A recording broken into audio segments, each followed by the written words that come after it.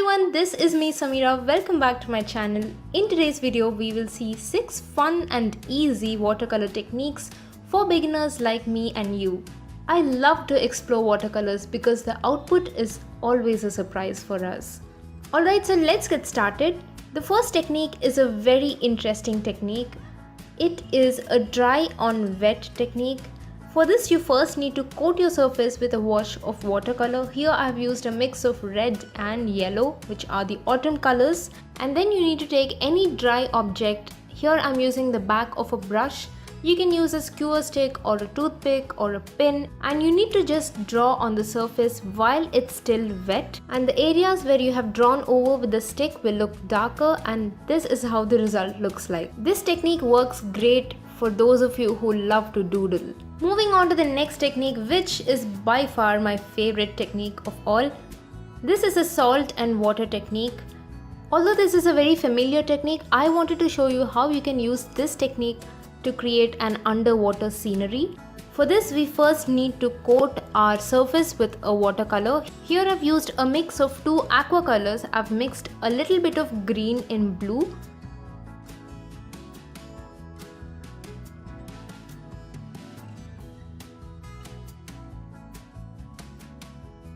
And then you need to sprinkle some salt on top and leave it to dry for some time. Meanwhile, we'll move on to our next technique, which is using a magic ingredient. This technique is actually a combination of two different techniques. One of them is a very familiar one, which is the use of a white crayon. Here I'm using a white crayon at the bottom of the painting so that it looks like a snow. For the sky, I have used a mix of black and dark blue. And once I have given the watercolor wash, while it's still wet, I have taken the magic ingredient, which is alcohol. But in this case, I have used a hand sanitizer. Not all of us carry rubbing alcohol with us all the time, but a hand sanitizer is a staple product in our bags. So I thought, why not try using a hand sanitizer, and it worked perfectly, as you can see.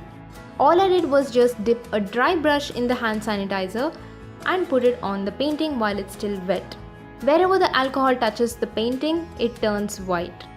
Moving on to the fourth technique, this is also a very interesting technique. This technique was used by the watercolor artist Shibasaki. I'll put the link to his video in the description box below, just in case you want to explore the use of this technique. For this technique, you need to make colorful circles on your paper and you need to leave them to dry. So I've left them to dry. In the meantime, let's move on to our next technique. This is again a very easy technique. You can decorate your notebooks or your journals using this technique. So I've given a wash of green, and on top of it we are going to put a leaf, and we leave that to dry.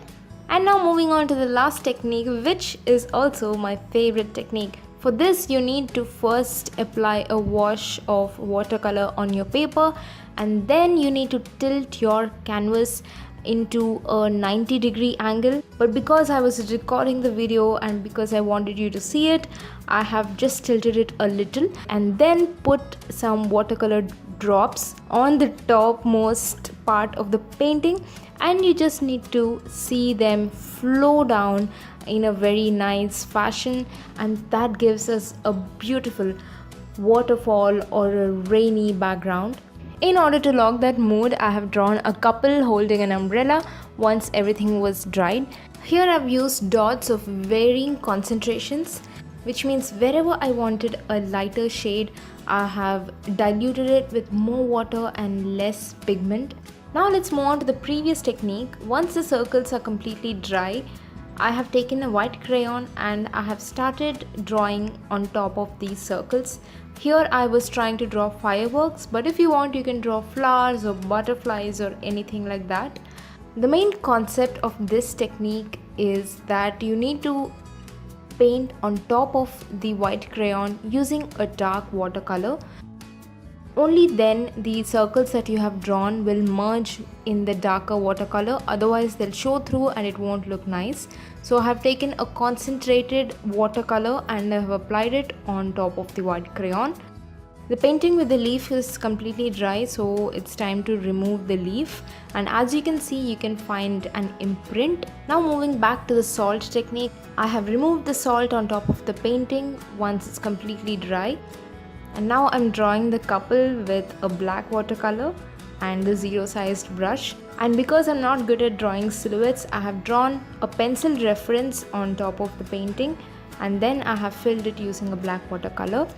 And for the salt technique, I have drawn some fish so that it looks like an underwater ocean.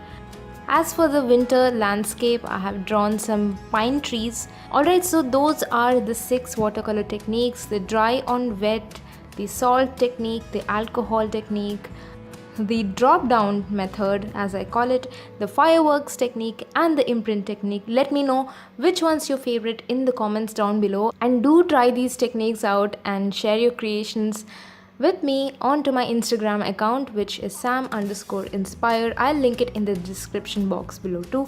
And now it's time to show the epic tape removal scene. Alright guys, so I hope you enjoyed the video. Let me know in the comments what videos you'd like to see next, and I'll see you guys very soon. And don't forget to subscribe to my channel so that you'll be notified whenever I post a new video. Until next time, bye bye.